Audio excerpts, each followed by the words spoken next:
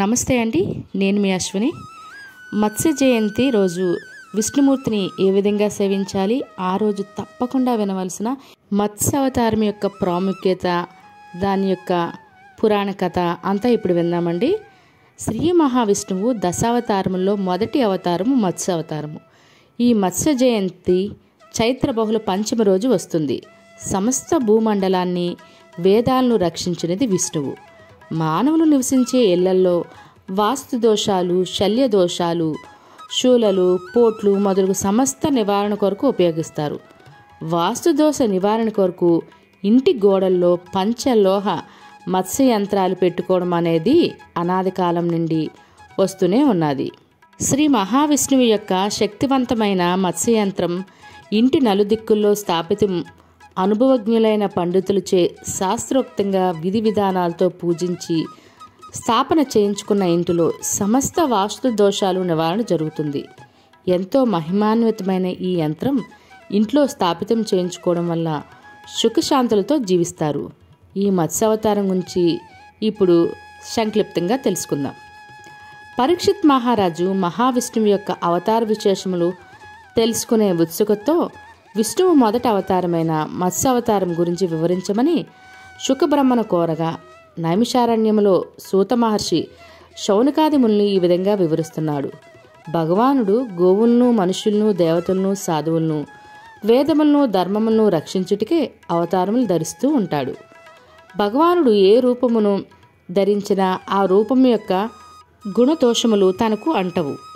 ధర్మరక్షణ కోసం శ్రీ మహావిష్ణువు యొక్క దశావతారములు ప్రసిద్ధమైనది. మొట్టమొదటి అవతారం ఈ మత్స్యావతారం. భగవంతుని దశావతారాలు సృష్టి పరిమాణాన్ని వ్యక్తం చేసే సంకేతాలుగా గ్రహించిన ఆధునికులు మత్స్యావతారాన్ని జలావిర్భావానికి సూచనగా చెబుతారు. బ్రహ్మకు ఒక పగలు అంటే 1000 మహాయుగాలు గడిస్తే ఆయన సృష్టి ఆపి నిద్రపోతాడు. ఆ సమయంలో ఈ సృష్టి అంతా ప్రళయం వచ్చి నాశనం అవుతుంది అని అంటారు.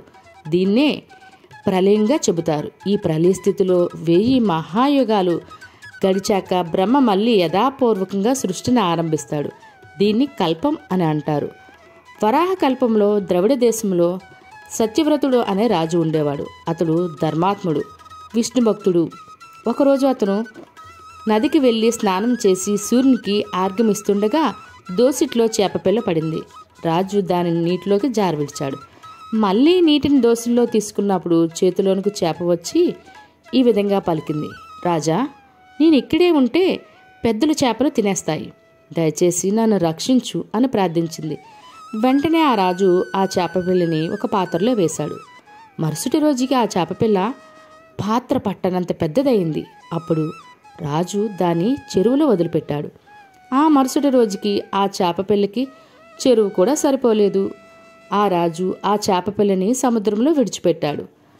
ఆ చేప శతయోజన ప్రమాణానికి విస్తరించింది. అంతటి ఆ మత్స్యం తాను శ్రీమన్నారాయణుని, 7 రోజుల్లో ప్రళయం రానున్నదని, సర్వజీవరాశులు నశించిపోతాయని, ఈ లోకమంతా మహాసాగరమవుతుందని, నీ వంటి సత్యవ్రతుడు నశింపరాదని పలికింది.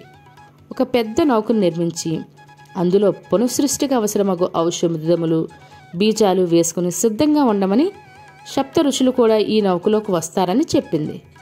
మీన రూపంలో ఉన్న నారాయణుడు తన కొమ్ముకు మహాసర్పరూపమైన తాడుతో నావన కట్టి ప్రళయాంతం వరకు రక్షిస్తాడు. సంఖ్యాయోగ క్రియాసాహితమైన పురాణ సంహితను రాజుకు ఉపదేశిస్తాడు. సత్యవ్రతుడు వివస్వతుడైన సూర్యునికి శ్రద్ధదేవునిగా జన్మించి వైవిశ్వాత మనువుగా ప్రసిద్ధికెక్కాడు. బ్రహ్మ మేల్కొని సృష్టి చెయ్యాలని సంకల్పించగా వేదాలు అపహరణకు గురవుతాయి. బ్రహ్మదేవుడు నిద్రావస్థలో ఉన్నప్పుడు అతనికి నోటి నుండి వేదాలు జారి కింద పడగా, సోమకాసుడు అనే రాక్షసుడు 4 వేదాలను అపహరించి సముద్ర గర్భంలోకి వెళ్ళిపోతాడు.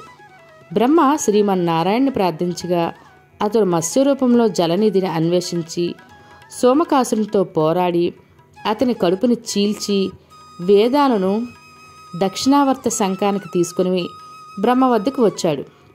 శంఖాన్ని తాను తీసుకుని శిథిలమైన వేద భాగాలను బ్రహ్మను పూరించమని ఆజ్ఞాపించాడు. ఇది రెండో మత్స్యావతారం. వేదాలను అపహరించడం అంటే విజ్ఞాన ప్రకాశాన్ని, తమోగుణ అహంకార శక్తిని తనలో లయం చేసుకోవడం అని సంకేతం. రాక్షస నాశనంతో చతుర్ముఖుడి సృష్టికార్య ప్రతిబంధక రూపమైన తమస్సు అంతరిస్తుంది.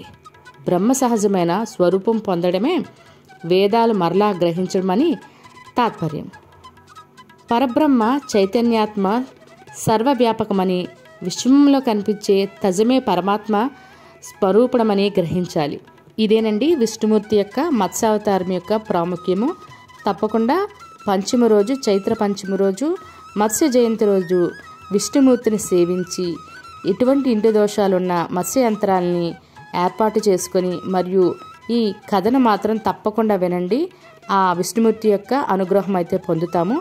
ఈ వీడియో మీకు నచ్చినట్లయితే లేదా ఈ అవతారం యొక్క విశిష్టతను గురించి మీ ఫ్రెండ్స్ కానీ ఫ్యామిలీ మెంబర్స్ కూడా వినాలి అని అనుకుంటే వాళ్ళకి కూడా ఫార్వర్డ్ చేయండి, వాళ్ళ చేతి కూడా వినిపించండి. ఆ విష్ణుమూర్తి యొక్క అనుగ్రహానికి ప్రాప్తులు కండి. మరి రేపు మరలా మరొక కొత్త వీడియోతో కలుద్దాం. ధన్యవాదములు.